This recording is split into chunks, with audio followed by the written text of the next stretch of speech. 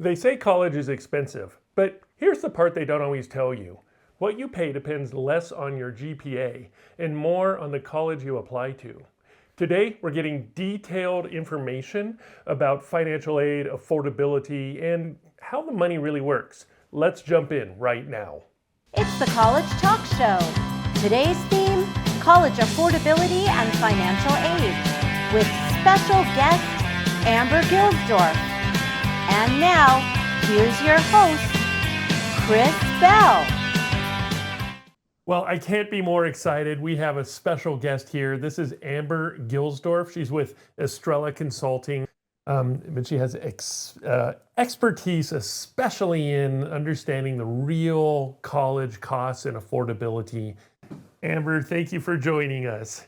Thank you for having me, Chris. I really appreciate being here. What got you interested in this topic of college affordability, financial aid, all that stuff? Clearly because it's so exciting.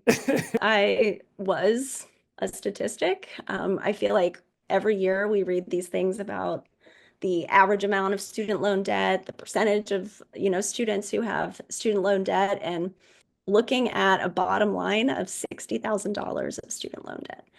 You might not be interested in it, but if you're going to borrow for college, you owe it to your future self to force yourself to learn about it. You've got to know. So I just forced myself to learn everything I could. It has informed my passion in working with students and families, even when I was working in a school. Like, this is the thing that I think either sets you up to be already starting on like second or third base when you come out of college, or you're still in the dugout like before you even get. Can you start just with the very basics of when we think about aid, we get like there's need-based aid, there's merit aid. Can you explain that a bit? Yeah, I often show families a visual of a big umbrella. So many people think of financial aid just as need-based aid. Yeah. But financial aid is any money given from any source for education can be financial aid. Sometimes I joke that parents could be financial aid. Yeah. But under that umbrella, then, on one side we have need, and that side of the financial aid picture is based on a family's income and assets, as well as the student's income and assets, and based on how those income and assets, how high or not high they are, determines whether a family is eligible for need-based aid. And need-based aid is based on, do you need it based on your income and assets? We tell families there's need-based loans, there's need-based scholarships, there's need-based work study.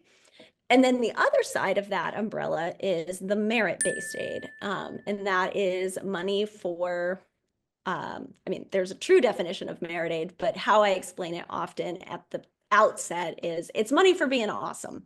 We have merit I like it. We have merit badges and scouts. We have merit money in college. And, you've reached a certain threshold with your GPA, potentially test scores. Maybe it's some kind of outstanding talent. And the money is gifted to you by the college, somewhat based on that. But it's also, I tell families, it's a discount. It's a discount off the tuition. It's, yes, you had to be awesome to be admitted, but the discount is the merit aid is the discount. It's not always just about being awesome. Yeah, got it. Now, in your experience of working with students for so many years and your various capacities, I'm wondering if you have any top one or two misunderstanding about merit aid in particular, about financial aid as well. Yeah, just one or two. Oh boy. My kid has a great GPA. They're going to get a scholarship. And I tell families frequently, the number one driver of your total cost of attendance for any college is the colleges on the list. Like, that is where you have to start, not just what you make and your need-based aid profile, not just how good your student is, but it also incorporates that institution's financial aid policy. And do they give merit scholarships? Which leads me to my next myth. Oh, good. Next misconception is that every school gives scholarships for good grades or Mm. merit in general, because so many families, and I can understand it's not their job. They don't do this all day long, every Sure. day. But they think every school gives merit scholarships, and that is, as we know, not the case. Well, Ivy League especially, they don't give any merit scholarships. It's all need-based aid. In some cases, you can get merit aid from schools by simply applying to the college for admission. Yes. But then there are these other cases, you're applying for admission and you're doing way more to try to get this other fancy Yep. scholarship. Absolutely. And so Yeah. that goes under that category of financial aid policies too. Do you have automatic awards? But if you want that big money, you got to do big things to get the big money. And the big money is going to a very small percentage of students. I will say we have a really awesome, it's a blog post, but it's a perennial blog post that we update quarterly. It's called the Hidden Scholarships blog. And it actually goes through exactly what I just said. At Ohio State, I know of this scholarship, granted only 30 students get it, that require additional applications, because sometimes they're kind of behind the scenes and you have to dig for them a little bit if you want to find them. FAFSA. What goes into it? What are the ingredients of reporting into FAFSA? The ingredients for the recipe of FAFSA. Yes. So definitionally, FAFSA stands for the Free Application for Federal Student Aid. But the information that is pulled in on FAFSA, what families need to know are a few really important things. One, it is based on prior year, which I know.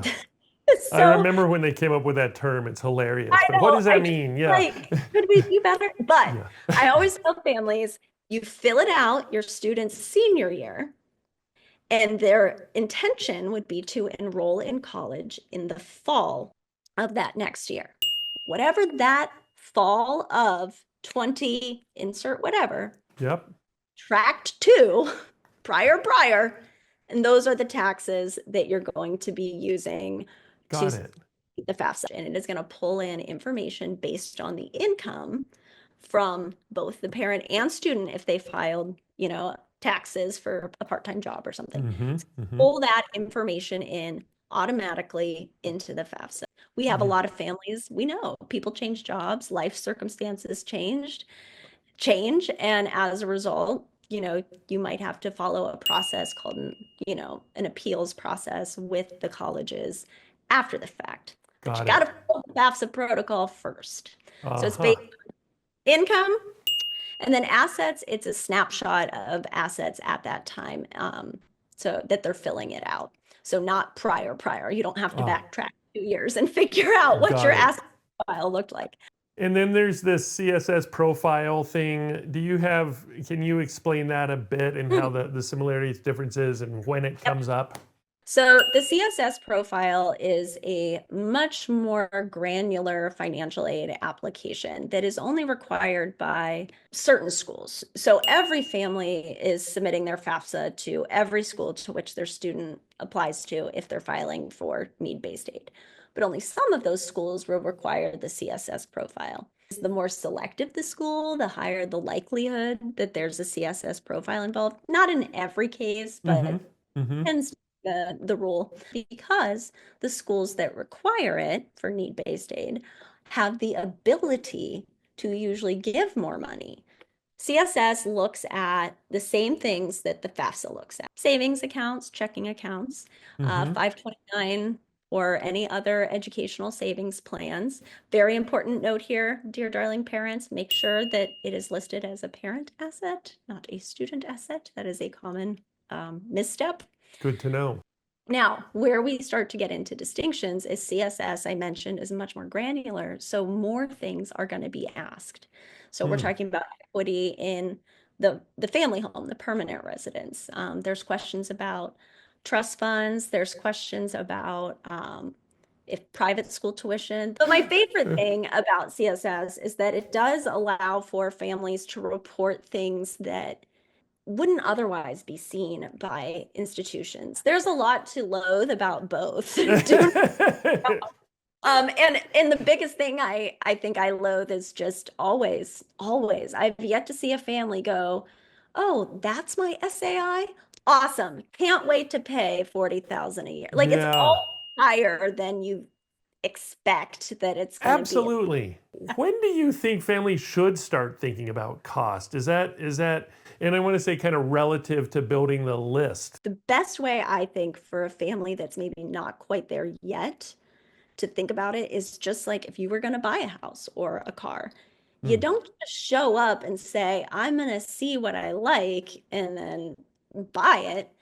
You generally start with a budget. Having a clear budget of what can be paid for through what has been saved, what might come out of natural cash flow, what you expect your student to contribute. These conversations have to be had in the beginning before a list is formed so that everybody's on the same page. And then, as I said before, the number one driver for the total bottom line cost of attendance after we consider a family's need Hmm. profile is what are the total costs of attendance of every single school on the list. Are there any useful tools or calculators that you recommend for families to use? Hmm? My go-to one is found on the National Association of Personal Financial Advisors website, or NAPFA. And they have right there, it says receive your report. Click on that, fill it out. It'll be very similar to a FAFSA CSS Got profile. it. And Got it. ultimately, you will be emailed a PDF with information that will include both what they expect the SAI to be for schools that only require FAFSA, and then Hmm. what they expect an SAI to be for schools that require the CSS profile. And this is a good place for me to say what an SAI is. Yes. An SAI stands for Student Aid Index. This is the dollar amount that the colleges think you can afford. You need to know, what would a school that requires both FAFSA and CSS think I can afford? And what about a school that's only FAFSA? And sometimes those numbers are different. And I tell families to make sure they're taking screenshots as they fill it out of what they're putting in, because you can run multiple calculators under different scenarios. The other one, and I'm all about like having multiple sources, good journalism. They don't just have one source, they get a Hmm. corroborator.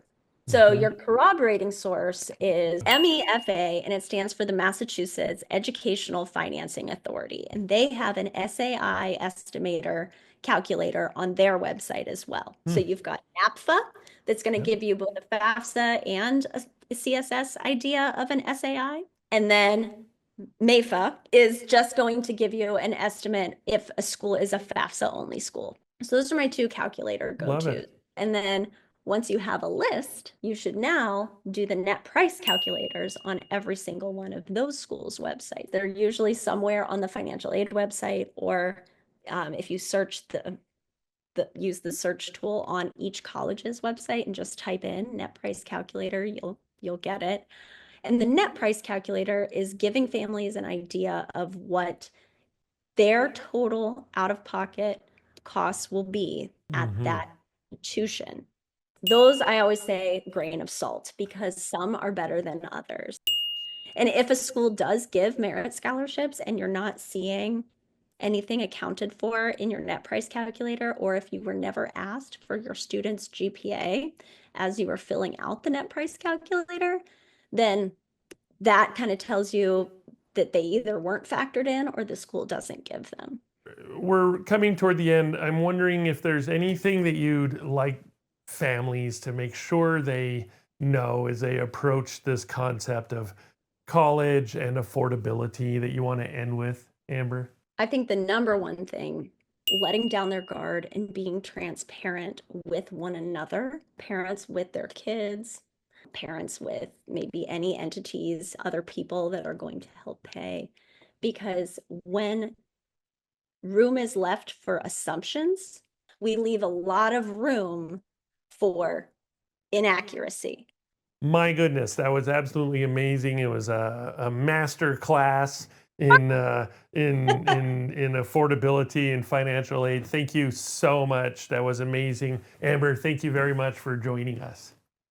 Well, thank you. It was a pleasure to be here, truly. You've been someone whose name I've seen so many times. It's one of those like you're like an A-list celebrity in the college. This episode is brought to you by Bell College Consulting. Visit bellcollegeconsulting.com to learn more. Now it's part of the show where I give a sort of summary of the main points. I call it Top Tips. Top tips. Top tips. Kind of a summary, but we call it top tips. Top tips. Here we go. Top 5 things to know about financial aid and college costs. Number 5, need-based aid. Need-based aid is based on the family and the student. It has to deal with income and assets. It can include things like grants or scholarships. Those are the same thing. Loans and what they call work study, which just means working on campus. Need-based aid has forms. Everyone submits the FAFSA, and the CSS profile is required by some colleges, typically highly selective ones. A key thing to know is the SAI, the Student Aid Index. That's a prediction of what a family can afford to pay for in 1 year. Spoiler, it's almost always a shock. Appeals can happen to the FAFSA decision or the CSS profile decision, but that happens at the college level. Number 4, merit aid. Merit aid is sometimes called money for being awesome, but it usually comes as a grant or a scholarship, same thing, but it's really a discount off the tuition. It's often awarded automatically just by applying to the college. Some highly selective, highly competitive scholarships require a separate application. Note, a strong GPA or demonstrated leadership or whatever is not an indication you'll get merit aid. The number one predictor of merit aid is the college you're applying to. Number 3, have a clear budget from the start. Be transparent as a family early so there's no surprises later. Number 2, tools and resources. I'll include links in the description below, but to run through them briefly, napfa.org and mefa.org both have calculators you can use to get a sense of what your student aid index will be, the number colleges will use to assess your need-based aid. Estrella Consulting has a wonderful blog post called Hidden Scholarships.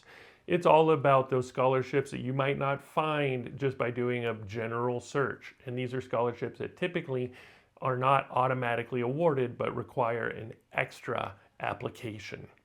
Finally, every college is required to have the net price calculator.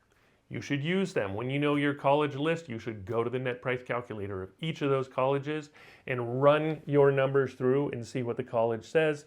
Some are better than others, but it's good to have all the information. And your number 1 tip of things to know about financial aid and college costs is the primary driver of what college will cost you is the college that you attend. It's not your grades, it's not your test scores, it's the school itself. What a great show we had today. Thank you for tuning in, and a huge thank you to Amber Gilsdorf for her warm and expert commentary. And remember, college is awesome.